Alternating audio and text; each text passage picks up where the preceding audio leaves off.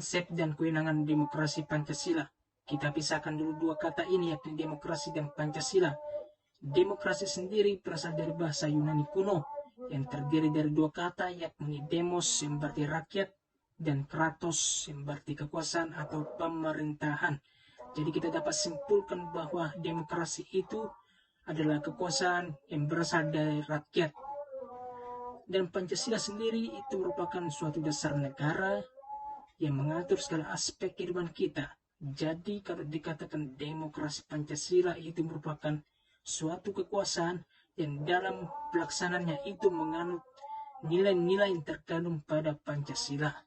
Nah, kalau dikatakan kekuasaan berada di tangan rakyat, itu sebenarnya menunjukkan bahwa kekuasaan itu sumbernya pada rakyat, bukan pada orang atau individu tertentu. Dan dalam konteks kali ini, kita adalah bos terlaksananya kekuasaan di negeri ini. Dan orang-orang yang kita pilih itu merupakan babu kita, atau dalam artian anggota dewan adalah babu rakyat. Assalamualaikum warahmatullahi wabarakatuh. Perkenalkan, nama saya Putri Anggunsari dengan NIM 20033029. Baiklah, saya akan mempresentasikan tentang konsep dan kewenangan demokrasi Pancasila.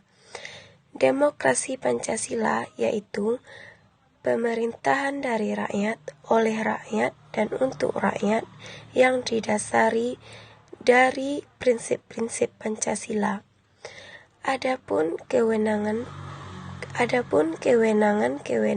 dari demokrasi Pancasila yaitu 1. Setiap warga negara Indonesia berhak untuk memilih dan dipilih. 2. Dan setiap warga negara Indonesia berhak untuk menyampaikan pendapat. 3. Berhak untuk memperoleh pendidikan. Dan 4. Berhak untuk mendapat penghidupan yang layak. Dan lain-lain.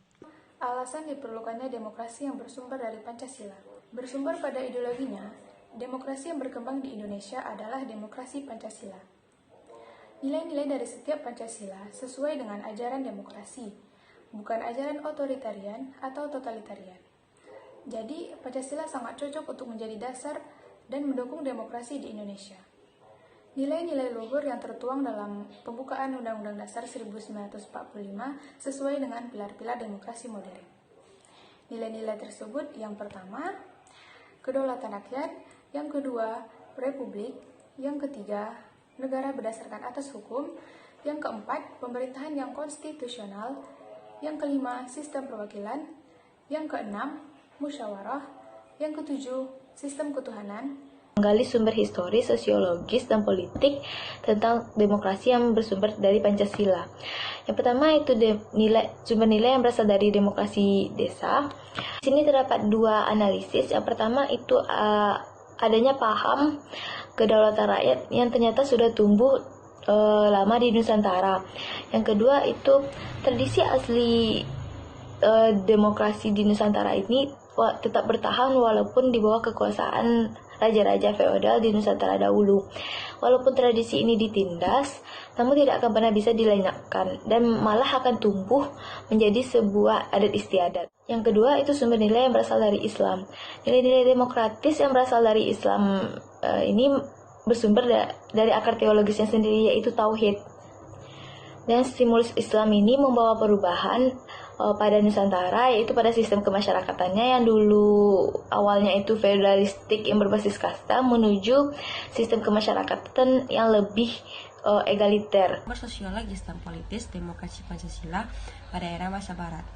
Sekitar abad ke-5 sebelum Masehi ada demokrasi partisipatif di Yunani, di kota Athena, dan berlanjut dengan praktik yang sama di Romawi. Model demokrasi ini mengalami kemunduran sejak kejatuhan Imperium Romawi sekitar abad ke-5 Masehi dan bangkit pada abad 11 Masehi dan lenyap di akhir zaman pertengahan Eropa. Sekitar 14-17 Masehi, pemikiran humanisme dan demokrasi mulai bangkit lagi di Eropa pada masa Renaissance. Pada masa Renaissance, membangkitkan kembali demokrasi di Eropa dengan adanya gerakan reformasi Protestan sejak 1917 hingga tercapainya Westphalia pada tahun 1648. Kehadiran kolonialisme Eropa khususnya di Belanda di Indonesia membawa dua sisi peradaban barat, yaitu sisi represi imperialisme, kapitalisme, dan sisi humanisme demokratis. Argumen tentang dinamika dan tantangan demokrasi Pancasila. Sejak awal Orde Baru pada tahun 1966, kehidupan demokrasi di Indonesia mulai kembali, di mana lembaga-lembaga demokrasi mulai berfungsi. Kondisi itu tentu tidak lepas karena bangsa Indonesia menjalankan demokrasi Pancasila, di mana demokrasi yang dianut tersebut adalah berdasarkan Pancasila dan Undang-Undang Dasar 1945. Salah satu prinsip demokrasi Pancasila di Indonesia adalah mengandung sistem konstitusional. Maka, kita dapat melihat dinamika demokrasi tersebut dalam konstitusinya. Sepanjang sejarah, Indonesia pernah mengalami dinamika ketatanegaraan, seiring pula dengan berubahnya konstitusi yang dimulai sejak berlakunya Undang-Undang Dasar 1945, kemudian Konstitusi RIS 1949, kemudian Undang-Undang Dasar sementara 1950, dan kembali lagi ke Undang-Undang Dasar 1945. Dan sampai akhirnya, kita telah berhasil mengamandemenkan Undang-Undang Dasar 1945 sebanyak 4 kali. Tentu saja kita harapkan semakin membaiknya atau semakin dinamisnya demokrasi Pancasila yang tengah melakukan konsolidasi menuju demokrasi yang matang. Saya Ratu Dwi Ningtyas, NIM 20231076, Prodi Pendidikan IPA kelas A. Saya akan membahas tentang esensi dan urgensi demokrasi Pancasila. Pertama, kehidupan demokratis yang dikembangkan. Demokrasi itu selain memiliki sifat universal, yakni diakui oleh seluruh bangsa yang beradab di seluruh dunia, juga memiliki sifat yang khas dari masing-masing negara. Kedua, pentingnya kehidupan yang demokratis. Aspirasi dan keinginan rakyat harus diperhatikan, dan pemerintahan dijalankan berdasarkan konstitusi yang merupakan arah dan pedoman dalam menjalankan kehidupan bernegara. Ketiga, penerapan demokrasi dalam pemilihan pemimpin politik dan pejabat negara. Sejarah banyak mencatat para pemimpin yang zalim dan tidak bermoral, seperti Amangkurat I yang meninggal di tempat pelarian dengan amat mengenaskan. Saya ingin menjelaskan tentang demokrasi Pancasila. Demokrasi Pancasila merupakan suatu sistem demokrasi berdasarkan asas kekeluargaan dan gotong royong yang bertujuan untuk kesejahteraan rakyatnya.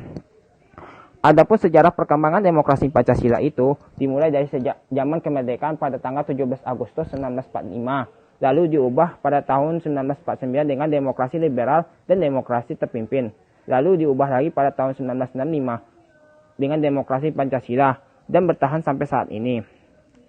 Adapun asas-asas demokrasi Pancasila terdiri dari dua, yaitu asas kekeluargaan dan asas musyawarah untuk mufakat.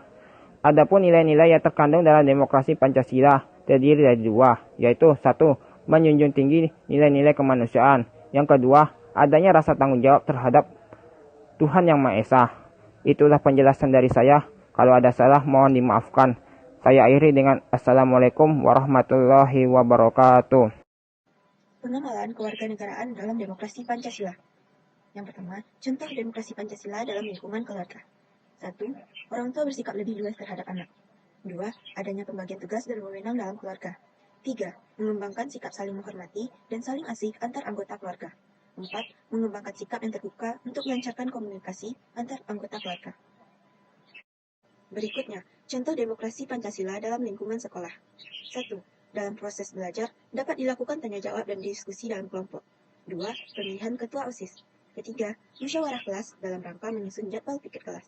Berikutnya, contoh demokrasi Pancasila dalam lingkungan masyarakat. 1.